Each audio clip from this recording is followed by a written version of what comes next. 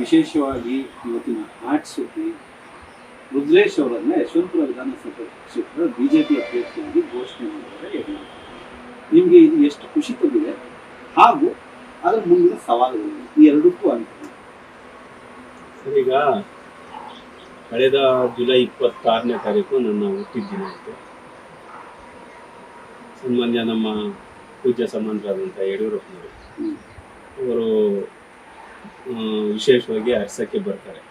ಇಲ್ಲ ನಾವೇ ಅವ್ರ ಮನೆಗೆ ಹೋಗ್ಬಿಡ್ತೀವಿ, ಅವರೇ ನಾನೇ ಬರ್ತೀನಿ ಅಂತ ಒಂದು ಬಾಂಧವ್ಯ ನಮ್ಮವರ ನನ್ನ ಮೇಲೆ ಇದ್ದಂಥ ಪ್ರೀತಿ ಅವ್ರಿಗೆ ಬಂದರು. ಕಳೆದ 26ನೇ ತಾರೀಕು ಬಂದರು. ನಾವೆಲ್ಲ ಯಾಕೆಂದರೆ ಅವರು ಹುಟ್ಟಿದ ದಿನಕ್ಕೆ ನಾವು ಅವ್ರು 80ನೇ ವರ್ಷದ ಹುಟ್ಟಿದ್ದಕ್ಕೆ ನಾವು ಟ್ರ್ಯಾಕ್ಟರ್ಗಳನ್ನ ಸಬ್ಸಿಡಿ ಹಾಕ್ಬಿಟ್ಟು ರೈತರುಗಳಿಗೆ, ಅವರು ರೈತ ನಾಯಕ ಆಗಿರುವಂಥ ಸಂದರ್ಭದಲ್ಲಿ ಸಬ್ಸಿಡಿಯಾಗಿ ಫ್ರೀ ಹಾಕ್ಬಿಟ್ಟು ಅದೆಲ್ಲ ಅವ್ರಿಗೆ ಒಂದು ಸ್ವಲ್ಪ ಪ್ರೀತಿ ಜಾಸ್ತಿ ನನ್ನ ಮೇಲೆ. ನನ್ನ ಬರ್ತಡೆಗೆ ವಿಶೇಷವಾಗಿ ಮಾಡ್ತಾರೆ, ಜೊತೆಗೆ ನಮ್ಮ ಕುಟುಂಬದ ಜೊತೆ ಇರ್ತಾರೆ, ನಾವೆಲ್ಲ ಜೊತೆಲಿದ್ದೀವಲ್ಲ ಅಂತ ಅನ್ನೋದು ಅವ್ರ ಮೇಲೆ ವಿಶೇಷವಾದ ಪ್ರೀತಿ ಇದೆ. ಹೀಗಾಗಿ 26ನೇ ತಾರೀಕು ಬಂದು ಏಕಾಏಕಿ ನನಗೆ ಗೊತ್ತಿಲ್ಲ, ನಾನೇ ಶಾಕಿಂಗ್ ಮಾಡೋದು ಬಂದು ಹೇಳೇಬಿಟ್ಟು ಆ ಹೇಳಿರೋದು ನನ್ನ ಮೇಲೆ ಪ್ರೀತಿಗೆ. ಅದು ನಮ್ಮ ಪಕ್ಷ ಇದೆ, ಭಾರತೀಯ ಜನತಾ ಪಕ್ಷದ ಹೈಕಮಾಂಡ್ ಇದೆ, ನಮ್ಮ ರಾಜ್ಯ ನಾಯಕರು, ರಾಷ್ಟ್ರೀಯ ನಾಯಕರು, ಅಲ್ಲಿ ಅದು ಇದಾಗಬೇಕು. ಯಡಿಯೂರಪ್ಪನವ್ರು ಘೋಷಣೆ ಮಾಡಿದ್ದಾರೆ, ಅದಕ್ಕೆ ನಾನು ಆಭಾರಿ. ಅದು ನನ್ನ ತುಂಬ ಅವ್ರಿಗೆ ಕೃತಜ್ಞತೆ ಎಲ್ಲ ಇರುತ್ತೆ. ಮತ್ತೆ ವಿಶೇಷವಾಗಿ ನಮ್ಮ ಪಕ್ಷದ ಒಂದು ಹೈಕಮಾಂಡ್ ಎಲ್ಲ ಸರ್ ಆಗಿದ್ದೀನಿ. ಈಗಾಗಲೇ 2008ರಲ್ಲಿ ರಾಮನಗರದಲ್ಲಿ ನಿಂತಿದ್ದೀನಿ. 2013-14ರಲ್ಲಿ ನಿಲ್ಬೇಕು ಅಂತ ಹೊರಟೆ. ಯಡಿಯೂರಪ್ಪನವರೇ ಬೇಡ ಇರು. ಈಗಿನ ವಿಶೇಷ ಏನು ಅಂದ್ರೆ ಯಶವಂತಪುರ ವಿಧಾನಸಭೆ ಇಲ್ಲ, ಕಳೆದ ಬಾರಿ ನಾವು ಚಾಮರಾಜನಗರದಲ್ಲಿ, ಯಾಕೆಂದ್ರೆ ಇಲ್ಲಿ ಸೋಮಶೇಖರ್ ಅವರಿದ್ರು, ನೀನು ಚಾಮರಾಜನಗರದಲ್ಲಿ ಒಂದು ಸ್ವಲ್ಪ ಸಂಘಟನೆ ಮಾಡು, ಹಳೆ ಮೈಸೂರು ಭಾಗ ಸರಿ ಇದೆ, ಚಾಮರಾಜನಗರದಲ್ಲೆಲ್ಲ ಮಾಡು ಅಂತ ನನಗೆ ಬಿಟ್ಟರು. ಯಡಿಯೂರಪ್ಪನವರು ಮತ್ತು ವಿಜೇಂದ್ರ ಅವರು ಎಲ್ಲರೂ ಸೇರಿ ನಮ್ಮ ರಾಜ್ಯ ನಾಯಕರು ಗ್ರೀನ್ ಸಿಗ್ನಲ್ ಕೊಟ್ಟರು, ಜಗದೀಶ್ ಶೆಟ್ಟರ್ ಅವರು. ಹಾಗಾಗಿ ಅಲ್ಲಿ ಕೆಲಸ ಮಾಡಿದೆ. ಕೊನೆ ಹಂತದಲ್ಲಿ ಸೋಮಣ್ಣ ಅವರು ಆಯಿತು. ಸೋಮಣ್ಣವರು ಎರಡೂ ತಾವು ನಿಂತ್ಕೊಂಡ್ರು. ಒಂದು ತಾವು ನಿಲ್ಬೇಕಾಯಿತು. ಅದು ಅವ್ರಿಗೂ ಗೌರವ ಇರೋದು, ಪಕ್ಷಕ್ಕೂ ಒಂದು ಗೌರವ ಕೊಟ್ಟಂಗೆ ಆಗಿರೋದು. ಅವ್ರ ಹಠ ಹಿಡ್ದು ರುದ್ರೇಶ್ ಎಲ್ಲಿ ಏನಾಗ್ತದೋ ಅವನು ಮುಂದೆ ಬೆಳೆದ್ರೆ ಅನ್ನೋದು ಏನಾದ್ರು ಆತಂಕ ಇತ್ತು ಅನ್ನೋದು ನನಗೆ ಗೊತ್ತಿಲ್ಲ, ಜನ ಹೇಳಿದ್ರು.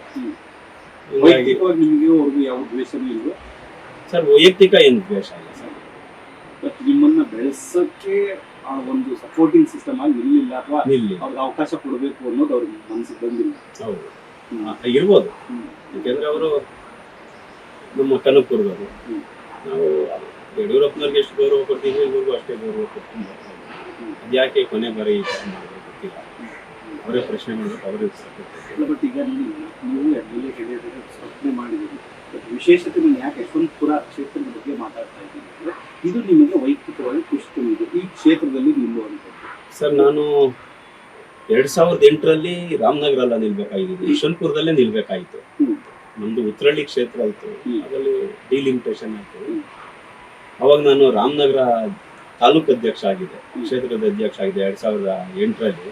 ಯಾಕೆಂದ್ರೆ ನಮಗೆ ರಾಮನಗರ ಇದು ಬಾರ್ಡ್ರು, ಉತ್ತರಳ್ಳಿ ಕ್ಷೇತ್ರ ಮತ್ತೆ ರಾಮನಗರ. ಕೆಲವು ಇವಾಗ ತಾವರೆಕೆರೆ ಮಾಗಡಿಲಿತ್ತು, ನಮ್ಮ ಆರೋಹಳ್ಳಿ ಕನಕಪುರದಲ್ಲಿತ್ತು, ನಮ್ಮ ಬಿಡದಿ ಬಂದೆ ರಾಮನಗರದಲ್ಲಿ. ಈ ತರ ಇತ್ತು. ಡಿಲಿಮಿಟೇಷನ್ ಆದ್ಮೇಲೆ ಸ್ವಲ್ಪ ಬದಲಾಯ್ತಲ್ಲ, ಹಂಗಾಗಿ ಇಲ್ಲಿ ನಮ್ಮ ಯಡಿಯೂರಪ್ಪ ಸಾಹೇಬ್ರು ಮತ್ತೆ ನಮ್ಮ ರಾಮಚಂದ್ರ ಗೌಡರು ಇವರೆಲ್ಲ ಸೇರ್ಕೊಂಡ್ರು, ನೀನು ರಾಮನಗರದಲ್ಲಿ ಹೋಗು, ಇಲ್ಲಿ ಯಶವಂತಪುರದಲ್ಲಿ, ಯಾಕಂದ್ರೆ ನನ್ನ ಮೂಲ ಸ್ಥಾನ ಯಶವಂತಪುರ. ನನ್ನ ಮನೆ, ನನ್ನ ವ್ಯವಹಾರ, ನನ್ನ ವ್ಯವಸಾಯ, ನನ್ನ ದಿನನಿತ್ಯದ ಒಡನಾಟ ಇರೋದು ಯಮಗೆಪುರ ವಾರ್ಡಲ್ಲಿ, ಯಶವಂತಪುರ ಕ್ಷೇತ್ರದಲ್ಲಿ.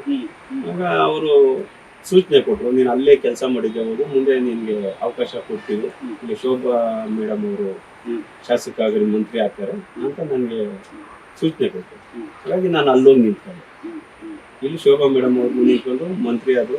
ನಂತರ ಏನೇನು ಬೆಳವಣಿಗೆ ಆಯ್ತು. ನಮ್ಮ ವಿಜಯವಾಹಿನಿ ನ್ಯೂಸ್ ಚಾನೆಲ್ನಲ್ಲಿ ಪ್ರಮೋಷನ್, ಜಾಹೀರಾತು, ಅಡ್ವರ್ಟೈಸ್ಮೆಂಟ್ ನೀಡಲು ಸಂಪರ್ಕಿಸಿ 9535808456.